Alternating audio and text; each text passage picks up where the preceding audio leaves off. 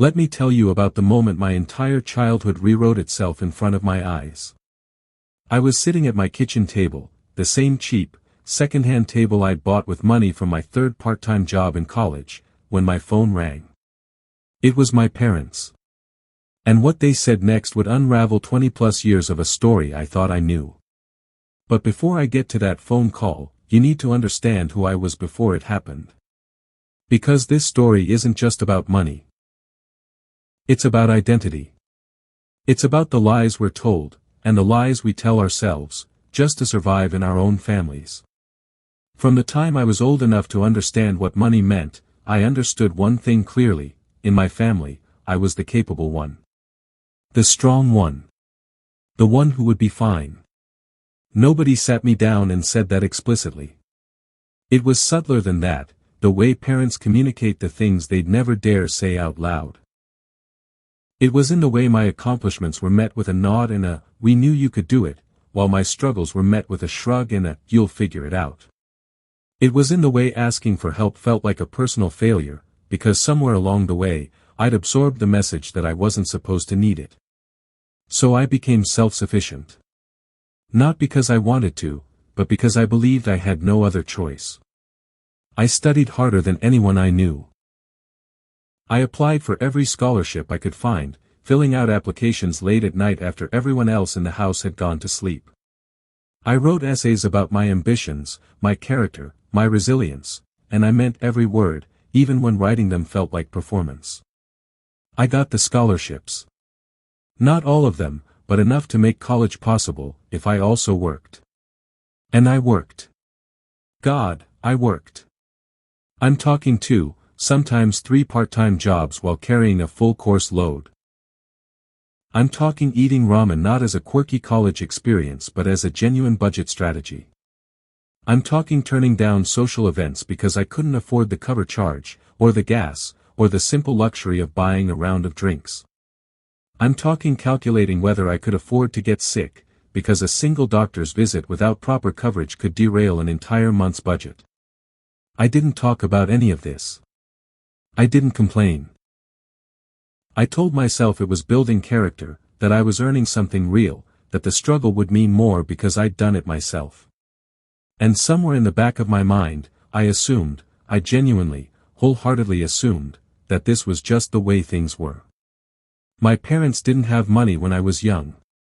By the time my sibling came along, things must have gotten better. That's just how life works, right? Families grow into their finances. The youngest gets more because the parents have more to give. I wasn't bitter about it. I told myself that for years. I believed it. My younger sibling's life looked completely different from mine, and I watched it happen in real time. When it was time for them to get a car, our parents bought one. Not a beater with 200,000 miles on it, an actual, functioning, reliable car. When it was time for college, there were no scholarship applications, no late-night financial aid calculations, no part-time jobs eating into study time. Their tuition was paid. All of it. When they needed somewhere to live, our parents covered an apartment. I watched all of this and I told myself the story I needed to believe: they just have more money now. I even felt something close to happiness for my sibling, because I didn't want to be the kind of person who resents someone else's good fortune. I wanted to be generous of spirit. I wanted to be the bigger person. What I didn't want to do, what I refused to do, was look too closely at the math. Because if I had looked closely, I might have had to ask some uncomfortable questions. I might have had to consider a possibility so painful that my brain had quietly been protecting me from it for years. I wasn't ready for that. Not yet. The phone call. Last month, my parents called me together. That should have been my first signal that something was off. They rarely called jointly, and when they did, it usually meant they'd rehearsed whatever they were about to say.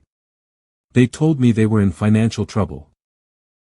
Not catastrophic, world-ending trouble, but serious enough that they needed help. And then they asked me, the child who had worked 3 jobs through college, the child who had never once asked them for a dime, if I could loan them money. I want to be careful here, because I know how this sounds. I know that parents aging into financial difficulty is real and painful and complicated. I know that helping family is sometimes just what you do. I felt all of that in real time as they spoke. I felt the pull of obligation, the familiar tug of wanting to be the one who shows up, who comes through, who proves they're not selfish. But something else happened too. Something in my brain, some quiet, patient, long-suppressed part of me, raised its hand and said, "Wait. Wait. Before you say yes, before you reach for your wallet, before you sacrifice again, ask the question you've never asked. The one you've been avoiding for 20 years. So I asked it. I told my parents I needed to understand something before I could make any decision. I asked them, as calmly as I could manage, to help me understand the financial picture of our family when I was growing up versus when my sibling was growing up. I asked them to explain, specifically, why my sibling had received so much financial support, the car, the tuition, the apartment, when I had received essentially none. There was a pause. The kind of pause that tells you everything before a single word is spoken. And then they told me the truth. They had saved for both of us. Let me say that again, because I need you to feel the full weight of it the way I felt it in that moment, sitting at my cheap second-hand table with my phone pressed against my ear. They had saved money for both of us. There was a fund. There was planning. My future had been accounted for. And then it hadn't been, and I had never been told why, and I had spent years building calluses over the wounds of a deprivation I thought was circumstantial but was actually a choice. They used my share, or most of it, to support my sibling. Because my sibling, they explained, needed it more. Now, I want to be fair. I don't know everything about my siblings' private struggles. I don't know what conversations happened behind closed doors, what fears my parents had, what my sibling may have been going through that I wasn't aware of. Families are complicated, and I genuinely believe my parents thought they were doing the right thing. But here is what I do know, and what they knew, and what makes this impossible to rationalize away. They knew I was struggling. This wasn't a situation where I'd hidden my difficulties, where I'd been so stoic that they genuinely thought I was thriving. No, they knew about the multiple jobs. They knew about the financial stress. They knew I was running on fumes and ramen and borrowed time. They had this information, and they made their decision anyway, and then they watched me struggle for years, and they never said a word. They let me believe it was just circumstances. They let me build an entire identity around a hardship that was, at least partially, engineered by their silence. I sat with that for a long moment. And then I felt something I hadn't expected to feel. It wasn't anger, exactly. It was more like grief. The specific, shattering grief of losing something you didn't know you'd had. A version of your own past where you hadn't been quite so alone in your struggle, where the sacrifices had been genuinely necessary rather than manufactured by omission. I was mourning a childhood that could have been different. I was mourning the exhaustion I didn't have to carry. I was mourning every moment I'd felt proud of my self-sufficiency, not knowing that self-sufficiency had been quietly assigned to me while someone else got a softer path. I cried. I'm not ashamed to say that. When I finally spoke, I told my parents that I couldn't help them financially. Not, I'll think about it. Not, maybe later. I told them no. I told them that I had spent years, the most formative, foundational years of my adult life, pouring everything I had into surviving, into building something from nothing, into becoming someone who could be financially stable.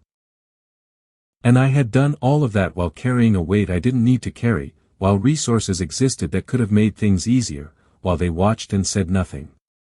I told them that giving them money now, after everything, would not be fair to myself. That I had spent long enough putting my own needs last. That I was not going to do it again, not even for people I loved. I said it clearly. I said it without cruelty. And I meant every word.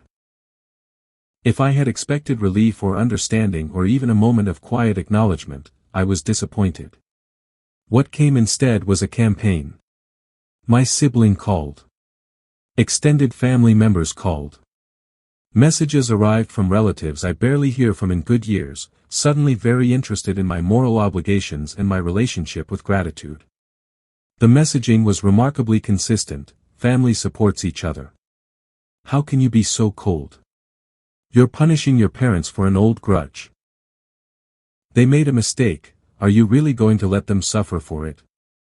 I want to address those arguments directly, because I think they deserve a real response rather than a dismissal. Family supports each other. Yes. They do. And I spent my entire young adulthood operating on exactly that principle, I just didn't realize it was a one-way street. I supported myself, I supported my own independence, I supported my parents' peace of mind by never burdening them with the extent of my struggles. I was a family member supporting others. The argument that family supports each other is a beautiful one. I fully agree with it. I'd simply like it applied retroactively. You're holding an old grudge. This is the one that frustrates me most, because it frames my response as an emotional overreaction rather than a reasonable conclusion drawn from new information. I didn't know the full truth until last month. This isn't an old grudge I've been nursing in secret, it's a fresh wound, a revelation that recontextualized decades of my life. Calling it a grudge implies I'm being petty. I'm not being petty. I'm being honest about what this information means and what it changed. They made a mistake, are you really going to let them suffer? This framing is doing a lot of heavy lifting. First, it centers their suffering while asking me to again minimize my own. Second, it treats helping them financially as the only possible response to their situation, as though other options don't exist, as though other family members couldn't step in, as though the sibling whose entire education and apartment they funded isn't available to return some of that investment. And third, gently, carefully, because I know this sounds harsh, it asks me to once again be the self-sufficient one. To once again put my own needs aside because someone else needs something more. And I've been that person my entire life, and it has cost me more than anyone in that family seems willing to account for. I've been doing math lately. Not just financial math, though that's part of it.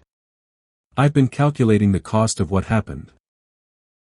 Not to assign blame in some courtroom-ready way, but because I think it's important to look at clearly rather than let it blur into vague resentment. The cost was years of exhaustion that I didn't have to endure. It was opportunities one didn't pursue because I didn't have the bandwidth, the internships I couldn't take because they were unpaid, the study abroad programs I couldn't afford, the graduate school applications I delayed because I was too busy working to prepare them properly. The cost was the slow erosion of my health, physical and mental, from chronic stress during years when I should have been learning and growing and occasionally making mistakes in relative safety. The cost was an identity built on a false foundation, the story of the self-made person who pulled themselves up by their bootstraps, which turns out to be a story built partially on fiction, on the invisible architecture of a choice my parents made and never disclosed. The cost was trust. And that might be the hardest one to quantify and the hardest one to repair. I've spent a lot of time in the weeks since that phone call sitting with everything that's been unearthed. I've talked to people I trust. I've journaled until my hands hurt. I've cried in the car more times than I care to admit. And here's where I've landed. I am not a villain in this story. I am someone who was handed an unfair set of circumstances and made the best of them with everything I had. I worked hard because I had to. I sacrificed because I had to. And now, for the first time in my life, I am choosing not to have to. I am choosing to protect the stability I built with my own blood and exhaustion, because nobody else ever protected it for me. Saying no to my parents doesn't mean I don't love them. Love is not the same as self-erasure. Love is not the same as unlimited sacrifice in the absence of reciprocity. You can love people and still have limits. You can love people and still require that your own story, your own pain, your own losses, your own legitimate sense of injustice, be acknowledged rather than smoothed over and relabeled as pettiness. I don't know what my relationship with my parents looks like from here. I hope we can get to honesty, to real conversation, to something that doesn't require me to pretend the last month didn't happen. I hope my sibling, someday, might have the courage to reckon with the privilege they received and what it cost me, not because I need an apology to heal, but because accountability has value even when it's uncomfortable. And I hope, for anyone watching this who recognizes something of their own story in mine, that you hear this. You are allowed to protect yourself. You are allowed to say no. You are allowed to stop being the self-sufficient one, the responsible one, the one who doesn't need anything, the one who will figure it out, especially when that role was assigned to you without your consent, and especially when the people who assigned it are now asking you to play it one more time for their benefit. Self-sufficiency was supposed to be my superpower. Turns out it was also my cage. I'm done being the strong one for people who were never strong for me. And if that makes me heartless, then I'll wear it.